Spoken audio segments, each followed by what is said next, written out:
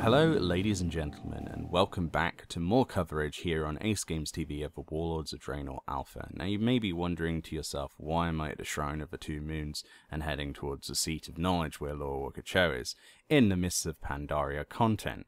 Well, the reason for that is because in Warlords of Draenor they've allowed you to be able to queue solo to various things that you won't be able to queue for in the future otherwise, and that are scenarios, heroic scenarios, and indeed all of the LFR versions of the Mists of Pandaria raids. Now, if you remember, this happened with Dragon Soul as well. When they put in LFR versions of various raids, they had different colourations of the same gear that was available in the normal raid that you just simply couldn't acquire past Dragon Soul when that closed.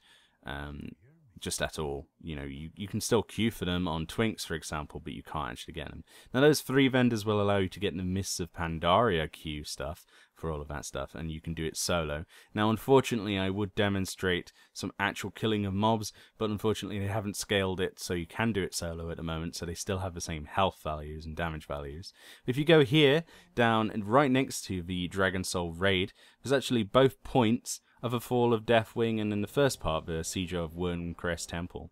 And you simply queue up, and it's an instant queue, and you queue as all roles possible, and it simply puts you in Dragon Soul.